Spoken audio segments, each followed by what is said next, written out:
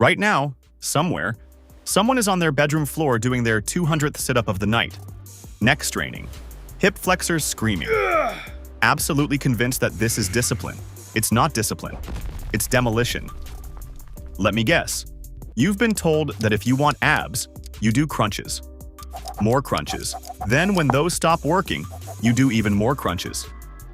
3 sets of 20 became 3 sets of 50, and your abs still look exactly the same as they did a year ago. Here's the part nobody told you.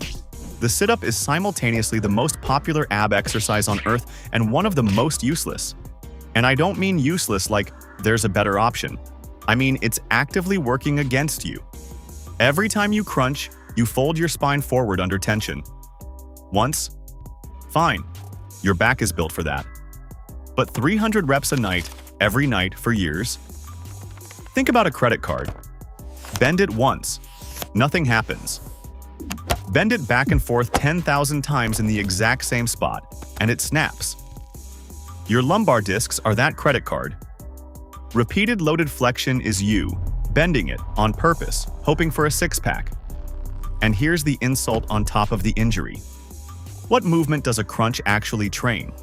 It trains your abs to pull your rib cage down toward your hips, to curl you forward, into a hunch. You already have a machine that does this to you 8 hours a day. It's called your desk. So now you're spending your free time reinforcing the exact rounded, collapsed posture your job already gave you and calling it a workout. You're paying twice for the same bad posture, once with your time and once with your spine. But I feel the burn. Yeah, you feel the burn when you slam your hand in a car door too. Burning is not a progress bar, it's just a sensation. A sore muscle is not a stronger muscle. It's just an annoyed one. That burn you're chasing is the metabolic byproduct of a muscle getting tired, not proof of a muscle getting stronger. Those are two completely different things, and confusing them has wasted more gym hours than any other single myth in fitness. So if reps aren't the answer, and movement isn't the answer, what is? Here's the thing. Everyone gets wrong about your core.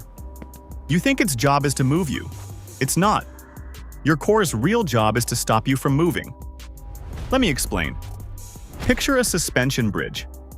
What makes it strong isn't that it swings and bends and folds in the wind. It's strong precisely because it doesn't. Cables under constant tension, holding everything rigid, resisting every force that tries to twist or collapse it. That is your core, not an engine that creates motion, a structure that resists it. The technical word is anti-extension. Your deep core muscles, the ones that actually matter, exist to keep your spine from bending when the world tries to bend it. That's what a strong core is. Not the ability to fold in half 300 times. The ability to stay rigid when it counts. And here's who's actually doing that work. Not the six-pack muscle on the surface, the rectus abdominis that everyone's obsessed with. Underneath it sits the transverse abdominis, and it wraps around your entire midsection like a built-in weight belt. When it fires, it cinches down and locks your trunk into one solid unit.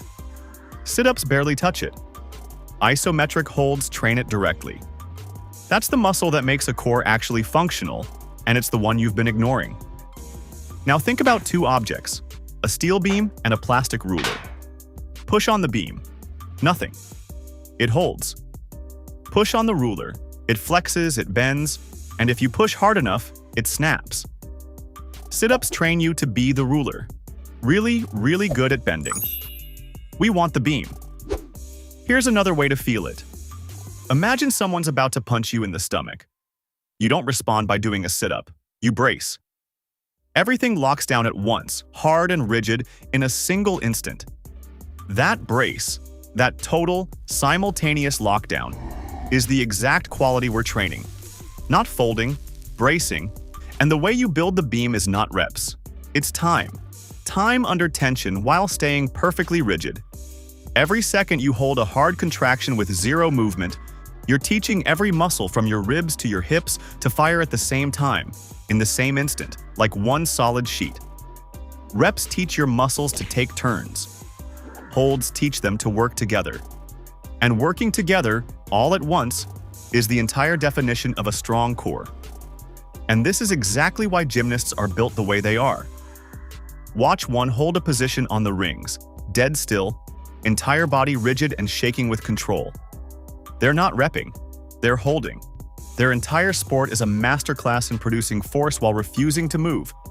And it's no accident they have some of the most developed midsections of any athletes on Earth without ever touching a sit-up machine. They figured this out a century ago. We're just borrowing it. Which brings us to the single most efficient way to train that on planet Earth. It's called the hollow body hold. No equipment, no reps, no spine grinding, just you, the floor, and about 5 minutes of controlled suffering. Here's the blueprint. Follow it exactly. Setup. And this is the rule that makes or breaks everything. Lie on your back and press your lower spine flat into the floor. Glued. If someone tried to slide a hand under your lower back, they should fail. Ribs pulled down, not flared up. If your back arches off the ground at any point, you are cheating and the exercise stops working. That flat back position is the entire point. Now, 4 stages. You earn your way up. Stage 1. The tuck hold. Lower back glued down. Lift your shoulders and your knees off the floor, knees pulled in toward your chest. Arms reaching forward. Hold it. That's the position. Stage 2. One leg long. Same rigid setup, but extend one leg straight out, hovering just above the floor, other knee still tucked. The longer the lever, the harder your core fights. Switch legs. Stage 3. Both legs long, arms forward. Now both legs extend straight out, hovering low, arms reaching toward your knees. This is a real hold. Stage 4. The full hollow. Arms stretched overhead, legs straight out, only your lower back and hips touching the ground, your body a long, shallow banana shape locked in total tension. This is the destination. Now, breathing, because this is where most people fall apart. Your instinct will be to hold your breath and turn purple. Don't. You take short, shallow, sharp breaths through your teeth while keeping your abs locked the entire time. The brace never releases. You breathe around it. If you have to gulp a big breath and let your ribs flare, the hold is over. Your body just told you it's done. Now the prescription. You are not holding for 5 minutes straight. Nobody can. You're accumulating 5 total minutes. Set a timer. Hold your hardest stage until your form breaks. Maybe that's 15 seconds, maybe 40. Rest. Go again. Add up your holds until you hit 5 minutes of total quality time. Progression rule. When you can hold a stage for 40 solid seconds with a perfectly flat back, you graduate to the next stage. The second your lower back lifts, that rep is over. No ego. A clean 15-second hold beats a garbage minute every time. And watch for the 2 cheats everyone pulls. Cheat 1. The lower back peels off the floor to make it easier. Instant disqualification, drop to an easier stage. Cheat 2. The shoulders sink back down to the ground to steal a rest. No. Shoulders stay up, chin tucked, eyes on your toes. If you can't keep both ends off the floor, you've picked a stage above your level. That's not failure, that's information. How often? Every day if you want. This isn't a muscle-shredding grind that needs 48 hours of recovery. It's a skill and an endurance quality, and it responds to frequency. 5 minutes, daily, is better than 20 minutes once a week.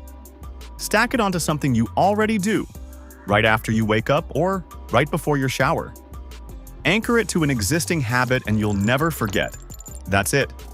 That's the whole thing. 5 minutes.